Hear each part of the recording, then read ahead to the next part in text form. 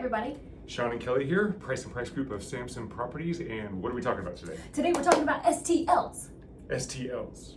Do you know what an STL is? Because you always call them STR. Yeah, I do now. It's called a short-term lodging. Not rental. Here we go.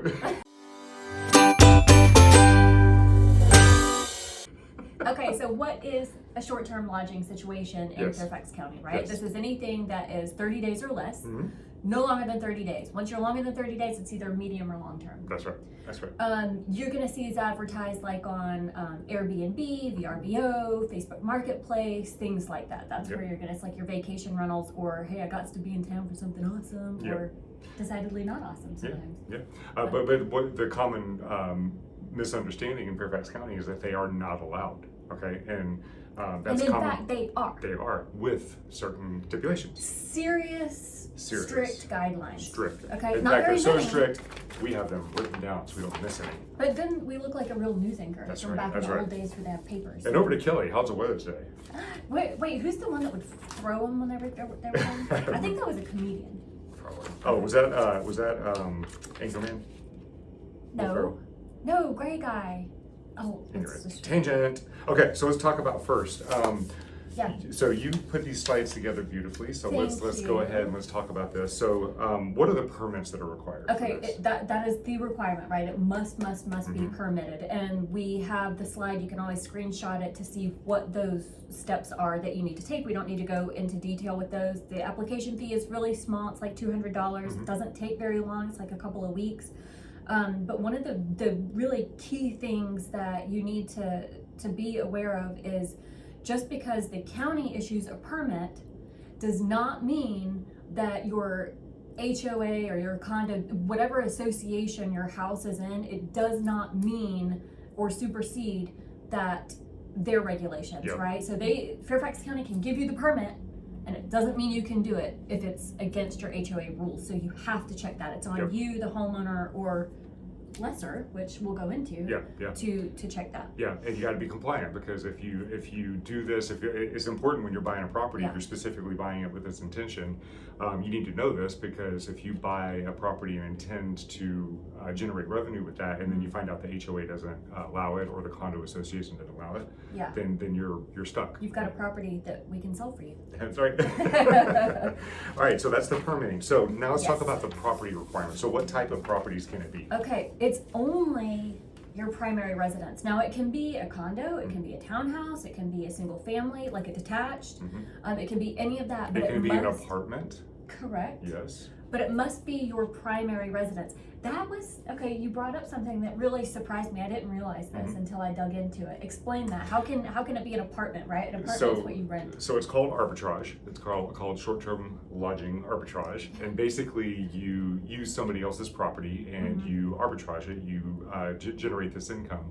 So being an apartment, if you have a lease with an apartment and you have the written permission of the apartment complex that you're allowed to do this, you can actually do short-term lodging for out of the apartment, right? Even though it's not your property. And not even just an apartment, right? Like, let's say you're renting from a landlord who's not a corporation or anything. With their permission, you can sign a long-term lease.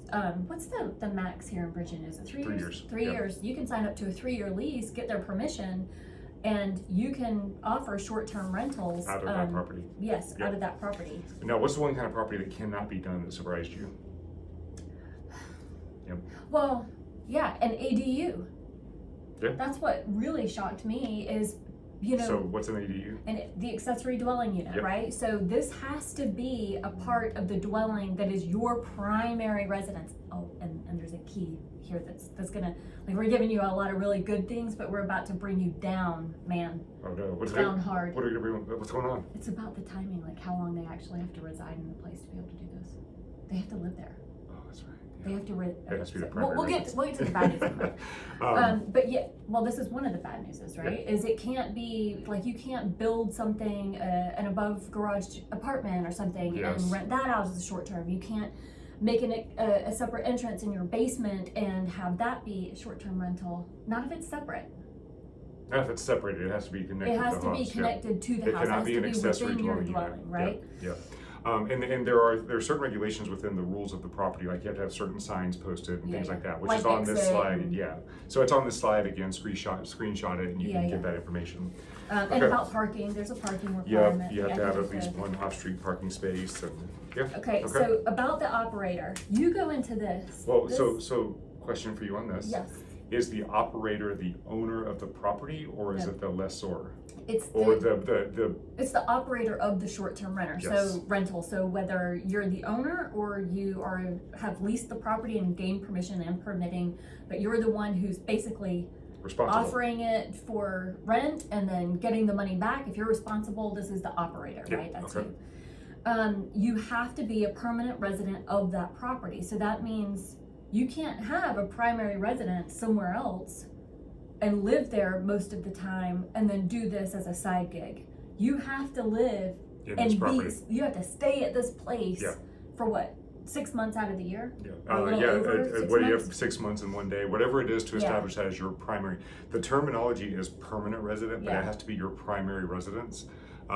Not for the tax purposes that usually primary residence means, but it means that has to be your primary home. Right. That's where you live. Yeah. So in what situations might this work? You know, we're staring down the barrel of the kids like flying the nest and everything, and if we wanted to like distribute all of our important furniture and stuff like that to all of our little babies in their new homes, we might do this if we wanted to go be snowbirds back in Florida or something. For 3 months out of the year. Live or something. somewhere, you know, live here for 6 months out of the year, and then Yeah.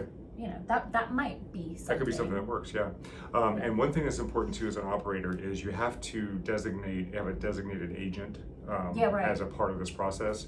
That can kind of be a stop for some people because it can't be the operator, it has to be somebody else. Yeah. But there are companies that you pay like $25 a year, I think, or something like that. They become your registered agent. Yeah, it's not a big deal. It's just someone other than you, the operator, who has to be available by phone, all their contact information in case there's an emergency. Yep. Or any tenant needs to get in touch with someone. Yep. You do have to. That's not a big deal. So the biggest pluses are, yes, you can do this in Fairfax County. Yep. I love short-term rentals. I mean, I could go on and on and on about short-term rentals. And for those of you that are in this sweet spot of a niche in life and situation, this could be awesome because our area is kind of starving for short-term rentals. Yeah, it is. Yeah. Now, some limitations that are really important. So the biggest limitation to this is you can only do it 60 nights per year. Right. So in Fairfax County, it has to be your permanent residence, and really you can only rent it out 60 nights per year. Yeah, so that's really good. I'm glad you said that, because it's not like, so if you have to live there 6 months and a day, it's not like you can rent it out 5 You got months those and 6 months. 29 days or whatever it is. You have to limit it And to 60 nights. The other thing too that goes into what you were saying, like with regards to the basement and doing separate and everything, is all parties that are in the house in any one of these days have to be on the same rental agreement. So you can't rent the basement to one group and the upper level to another group. It's 60 days, one group at a time coming in and staying. That's true. There's that's a good point. maximum occupancy number. Was it 4? Let's look at our notes here. No. 6 adults. Yeah, 6. Yep. 6 adults are the max, unless it's regulated somewhere else, so like a more restricted regulation. What are some of the other rules here? Get into this. Yes, go to your rules. Okay, 1 group max, covered it. No events. No events, no weddings, no parties, nothing that invites other people outside of the people that are on the rental agreement are allowed at the property. Yeah, I'm like, well, you know, coming from the beach where we were, where the event is the beach, I'm like, well, then why would anybody want to be here? Yeah. But then I'm like, duh, you know, I mean, DC, Duh. everybody wants to come here. That's right. And one of the important things too, you have to maintain a guest log, and everybody that comes and stays has to sign into this guest log, and it has to be maintained by the owner. Yeah, and you can be checked. Like the county can come to you and request this at any time, and you have to be able to provide this guest log. Yeah.